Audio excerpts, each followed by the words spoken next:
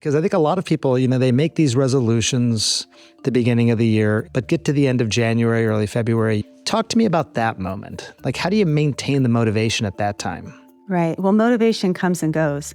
After people listen to this interview with you, their motivation is going to be pretty high, right? That motivation may not even wane by February 2nd. It may be waned by the afternoon when they actually have signed up for that class. How did you get interested in this? I've been a long-term mover. I grew up loving to move. I mean, my parents used to take me backpacking, and we worked in the garden, and it was very much part of our family and our lifestyle and joy. And then I actually ended up developing an eating disorder and becoming very inflexible in my movement, where I would, go on a Stairmaster for an hour and a half, or wake up really early and have to run a certain number of miles to burn off the calories that I'd eaten. So I'd experienced both the joy of movement and also the inflexibility of movement. And in my career, I started studying something called psychological flexibility, which is your ability to pursue what matters to you in a much more flexible way, as opposed to rigid rules that our mind makes or shoulds. And that led me down this path of exploring more nutritious ways of moving my body and helping my clients do so as well. And then writing this book, which I love the title, I Know I Should Exercise, but 44 Reasons We Don't Move and How to Get Over Them. This book is the culmination of a lot of those experiences you've had? Well, the book is something that I wrote with Katie Bowman, who is a biomechanist, and her angle is something called nutritious movement, where she's looking at not only exercise, but how are we moving our bodies in our lives? And then my angle was, why aren't people moving their bodies if they know exercise is good for them? Mortality rates go down, cancer rates go down, but only about a quarter of us are actually doing it. 44 reasons we don't move and how to get over them. How did you come up with 44? Did you just start listing them off and you got to 44 and stopped, or what happened? We poll their audiences and say, why don't you move your body? Tell us. And people they sent in all sorts of things. Because my cat climbs all over me when I'm trying to do my exercises on the floor. That was one of them. Because my dog protests when I try and take him for a walk. Because my teenagers won't get off a screen, right? I'm a hairdresser and I'm on my feet all day. I don't want to go out and get on a treadmill. It's the last thing I want to do. These are real reasons from real people about why they can't move their body. And so we got a number of them in, and we chose 44 because it's Katie's favorite number. And I'm like, sure, take it. I don't care. Kate, 44. It's interesting for me, and I was just thinking about this as you were talking. I have this bike ride that I'm doing with a bunch of friends, and it's got a week-long bike ride. And you know what it is, Doc? For me, it is fear of embarrassment more than anything else. That gets me riding my bike early this morning, to make sure that I can actually keep up with everybody, some of whom are far younger than me. But I set a goal for myself, and I keep sort of establishing these goals throughout the year, a race or something like that. That's what seems to work for me. Most people don't have that. And instead, they're sort of balancing this idea that I don't have enough time. I have all this work to do. I got to take care of my kids. And the movement is an add-on, or the exercise in this case is an add-on to my day, and it'll be the first thing to go. They don't give it the same priority, right? And when you write about this in the book, you say that's a bit of a mental trap to sort of rely on the idea that the clock just isn't there for you. What did you mean by that? Well, there's a couple of things. One, movement has been sort of sectioned off into leisure time. And many of us feel like we're having to choose. Like, do I go to the gym after work, do my bike ride, or do I go get groceries? Do I go to my kids' soccer game and watch them play, or do I go to my own exercise class and let myself take care of my body? So we have this either or mindset when it comes to movement. And that's just what the mind tends to do. It tends to be pretty dichotomous. And one of the things that I really encourage in terms of psychological flexibility and cognitive flexibility is to shift from that either or mindset to a both and mindset. Is there a way you could go to your kid's soccer game and you don't have to choose? You still get to move your body. That may require, as I do with my kids' baseball games, walking around the field. Not sitting on the stands in the chair with, with the cup holders, watching your kid exercise while you're sitting there, but maybe standing and cheering and stretching. Sometimes it is about prioritizing our time and how we are using our time. And there's actually some research out of UCLA from Cassie Holmes that looks at perception of time and something called time affluence. Our time affluence is malleable. When we are doing things that are meaningful, we feel like we have more time. So we could work on how could we move our bodies in ways that are more meaningful and more generous. And you might end up feeling like you have more time as a result. And then you do need to look at people's lives and the reality of people's lives and do a little bit of a time audit. How are you spending your day? Because there's probably way more places where you can put movement that you are not putting movement. Even just ordering your groceries online, you think it's saving you time, but you know what it's not doing? Getting your body out to the grocery store, walking around the grocery store. When I go to the grocery store, I take those like baskets that are super uncomfortable to hold, and I fill it with like my milk and my cans of food, and I hold it in one hand, one arm, and I walk, and then I'll switch arms. And guess what? I'm building up some strength in my upper body. When I go on a trip, I will hold my luggage and carry it up the stairs, just like that farmer's carry that I do at the gym. I think in airports, I've seen that person carrying that bag up the 2 flights of stairs. I'm like, the escalator is working perfectly fine. What's going on here? Yeah, well, convenience is a problem for all of us. It's not healthy for us. And it's going to continue, right? I mean, we are just becoming a more sort of we want efficiencies, we want these conveniences built into every aspect of our life. As you say, we have cameras in our cars, we have garage door openers, remote controls, all these things. That's going to keep happening. And the big one, I'm holding up my phone, is the fact that scrolling our phone feels so good compared to heading to the gym. It's that dopamine surge that you write about in the book. Again, we know this, and we know that you get those sort of short-term dopamine surges, but that's got to be really hard to fight against, I imagine, when you're counseling your patients. Well, I would first ask, how long does it feel good for?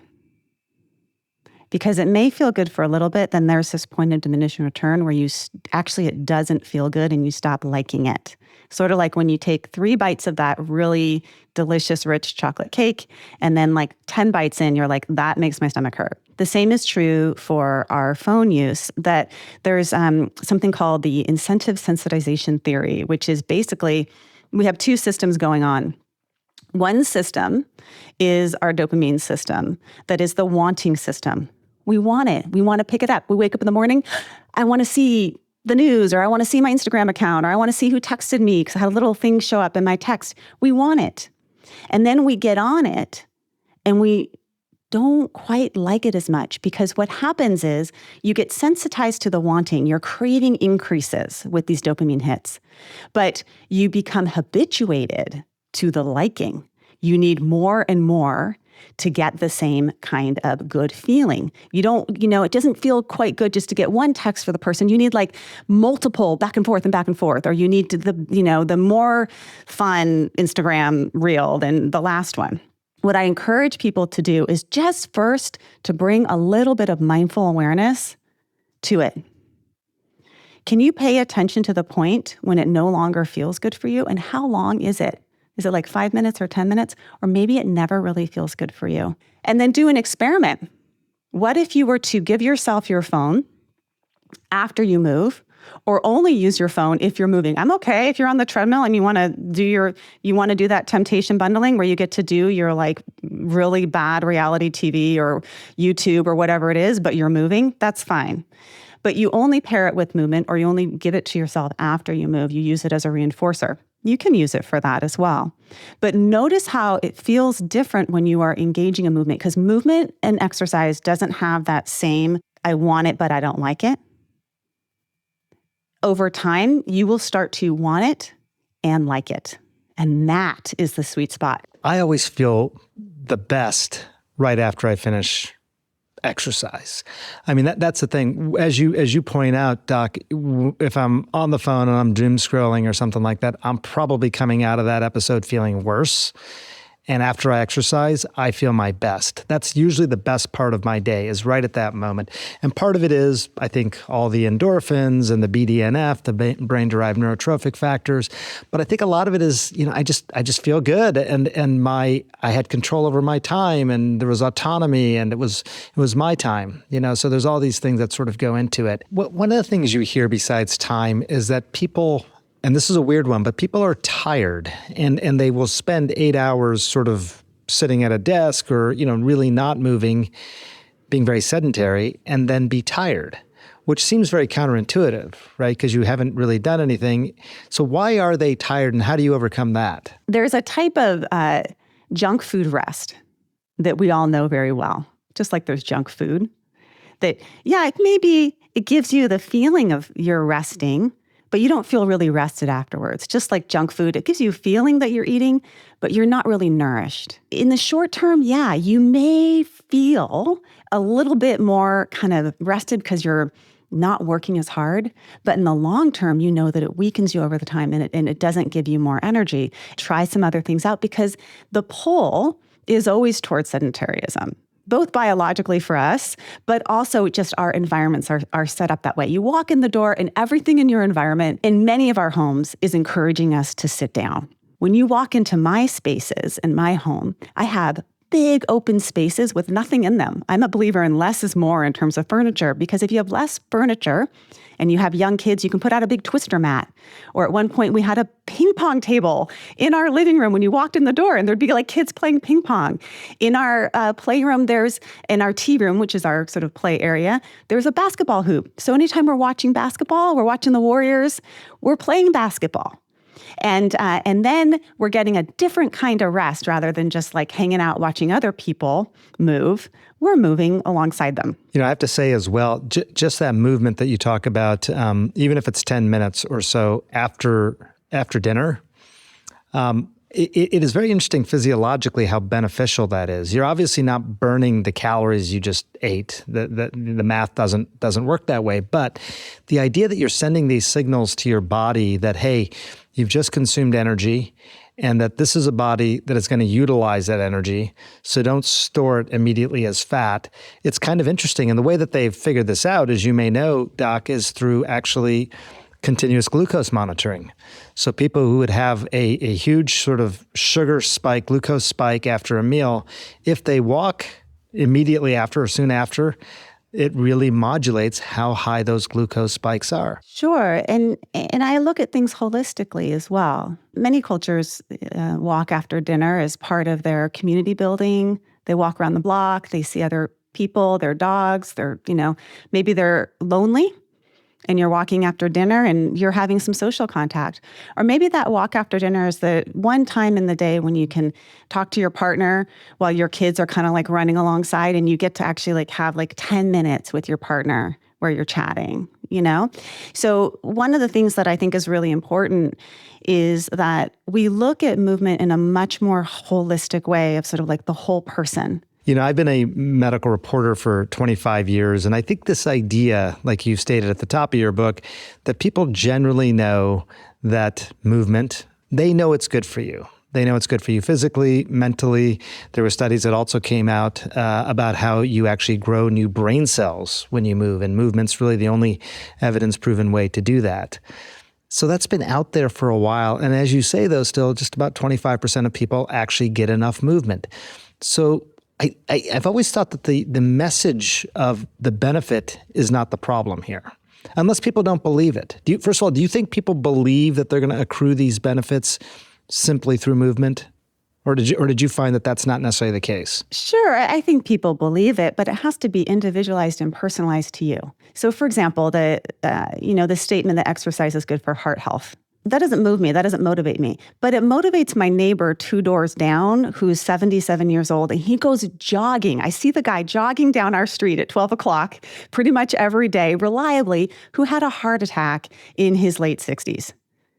He hears movement is good for your heart. He knows what it was like to have a heart attack. He doesn't want to have another one. He wants to take care of his heart. That is a very personal reason for him that motivates him to go out for a jog. The reason why I want to move my body is because when I'm with my clients, on the mornings that I move, I'm less ruminative in my own self. I'm more present with them. And that's really important to me. I will exercise every day. I'll do something every day, typically swim, bike, or run, or stretch, or lift weights, or do something. But when I have events coming up, such as this bike ride, for example, I'm far more motivated. I was up on the Peloton early this morning, making sure I got the miles in. I knew I was going to be talking to Dr. Hill, so I wanted to make sure I wasn't, ready for that. But, it's just, I think we have to find our own sources of motivation. Absolutely. For some people, those types of goals are super motivating. Some people love like the 21-day program. What happens on day 21, 22? Right. So we also need to, we need to know that about ourselves. There's ways that we can add things in that are those types of motivators, having a goal. But we also need to combine that with structuring our environments to support movement, and then also have some deeper motivations that aren't just about, sort of reaching the goal, that maybe are also about the process of the enjoyment of the movement itself that is motivating in the moment. How do you feel today on your Peloton? Were you making it fun? Were you listening to great music? Were you on, listen to a good podcast? Were you doing what's called temptation bundling, where you add in things that are enjoyable to your movement, which will increase your chances of doing it again? It all makes sense. I mean, everything you say makes total sense. And yet I keep getting stuck on this idea that people don't do it. And this time of year, it's particularly important because I think a lot of people, they make these resolutions the beginning of the year. It's a natural sort of part of their calendar. But get to the end of January, early February, you probably know the data better than I do, but that motivation, which they clearly had. So it wasn't like they're incapable of having motivation. It's not like they're incapable of understanding the benefits of all these things. And then it starts to diminish, if not evaporate. Talk to me about that moment. Like, how do you maintain the motivation at that time? Right. Well, motivation comes and goes. After people listen to this interview with you, their motivation is going to be pretty high, right? That motivation may not even wane by February 2nd. It may be waned by the afternoon when they actually have signed up for that class. The thing that I work a lot on with my clients is, how do you set up a behavior that is small enough that you will engage in it when your motivation is really low? You're really tired. You had a really bad day at work. Your house is a mess and you have nothing for dinner. How are you going to get yourself motivated? Not motivated. How are you going to get yourself out the door to go on that 10-minute walk? Maybe it's not a 10-minute walk. Maybe we commit to, when you come in the door, the first thing you do is put on your shoes and you're willing to go for 2 minutes. We have to make our commitments to move small enough and throughout our whole day, not just dependent on 1 hour of the day, which is our, quote, leisure time that we're banking on. And then when your motivation is high, go for it. Sign up for that race. Make that commitment. Go for the long run. Go for the big hike. Do that as well. And then it'll all, come out in the wash. You'll be moving in lots of different ways. I think that point about taking advantage of the motivation when it comes is so important. Like, you know it, you feel it. And that moment, whatever it is, whether it's signing up for a race, going for a run, calling somebody when you're out for a walk that you normally don't call, I think, taking advantage of that is really important. You write a lot in the book about finding the right movement or exercise for you. And I was curious, what does that mean? Is it something that you just enjoy doing, or are there certain exercises that are just going to be the right exercise for certain people? How do you define that? Sometimes the right movements for you are beneficial for you because they're connected to something else. So, for example, I got a knee injury a number of years back, and I had to do that really annoying knee exercise where you sit on the ground and you lift your legs straight up and down, up and down, up and down to build the muscle on the front of your quad. That was the right exercise for me to help heal my knee injury, but it was not a joyful one. It wasn't one that I particularly wanted to do. I'd much rather go hike with friends, but I connected it to healing this part of my body is connected to other things that I love, that I want to do. So sometimes the right exercise for us isn't always the most pleasurable one. This is why I'm a little bit hesitant to say only move in ways that you love. So we can think about times in your life when you've enjoyed movement, and you may have to go way back to when you were really little You may have to go back to like, were you the 6-year-old that was rolling down the hill of grass? Or were you the 6-year-old that was dancing in the kitchen? Or were you the 6-year-old that was like me, that loved it when my mom sent me out to the garden and I could go pick tomatoes and like look for worms? That may tell you a little bit about the types of movement that you want to incorporate back into your life. The other aspect of it is social, because we know that we're more likely to maintain movement when we do it, with others. And there's a lot of cognitive benefits to moving with others as well. So movement and these sort of practices of learning how to accept discomfort in our body, or learning how to bring more pleasure into things, or learning to see ourselves as more holistic humans, has such a bigger impact on our life than we give it credit for, especially when we're just looking at it in this mechanistic ways like calories burned or shoulds or CDC guidelines. Is that something that you've always incorporated into your own life, this idea that you're basically translating some of those skills that you're learning from movement into other parts of your life? My 13-year-old goes to this middle school where they go on these bike trips, and parents can go on them. And then finally, my 13-year-old, this a few months ago, came to me and said, "Mom, will you come on the bike trip with us?" Mm-hmm. So these bike trips have you have to go like 30 miles, and some of it's off-road. And it was this moment where, wow, I've written a book on movement and I'm unwilling to move my body because it's too scary, and I said yes. And so for the past few, weeks, my son's been teaching me how to ride a bike. Does that translate into my life in beneficial ways? So many beneficial ways. I'm spending time with a 13-year-old boy that maybe we wouldn't connect around other things. I'm also learning about myself of how to be taught something, how to do something that's outside of my comfort zone in the service of something I care about. That's a skill we all could learn. And how we so quickly say no to things in life because they're scary or they're uncomfortable, or we have a thing in our head, I just don't ride bikes. I just don't sweat. I just don't run. I just don't, all the things. I don't swim. I don't get wet. All the things that people have. Well, that translates into life. But the more willing you are to be uncomfortable, the more flexible you are in life, the deeper connections you'll have, the healthier you'll be, and the more full your life will be. What I struggle with, though, is something you mentioned, and that is that the motivation is mostly there, but it comes in waves, as you said. And I'm looking to make the waves last longer and be bigger. And what would you recommend for that? I think the motivation to have the waves last longer and be bigger for me is to make it about something that's not about you. Chasing life. Chase after something that is bigger than you. How does your movement, when you feel better after you exercise, how does that impact the people in your life? If I go for a run and I walk in my kitchen and it's a complete mess because my kids are making pancakes, you're going to get a different mom than if I didn't go for that run. Love it. And that matters to me, to not yell at my kids, But maybe it matters for you to have the, physical stamina to help a friend move. And you can go, lift a couch or lift some boxes, and that matters to you. So if you want a motivation that's sustained over the long run, make it a big motivation that's bigger than just you. Make it connected to your values. Make it about who you want to be in this world, how you want to contribute to this world. And moving your body will help you with that. I guarantee it for the long run. I really appreciate you writing the book. I think there's probably something in here for everyone, because I think everyone struggles with this a bit. I think just about everyone. You're a hugely motivating person, Doc. I mean, just talking to you for an hour, I can definitely, I see why your patients would keep coming to you. It's very motivating. So I really appreciate your time. Yes, thank you. I appreciate your time too. You're a hugely motivating person as well, and motivate people to do all sorts of things in terms of benefiting their health and their life. And I appreciate the hour with you. You got it. Hopefully we'll do it again. Appreciate it. Good luck to the kiddos.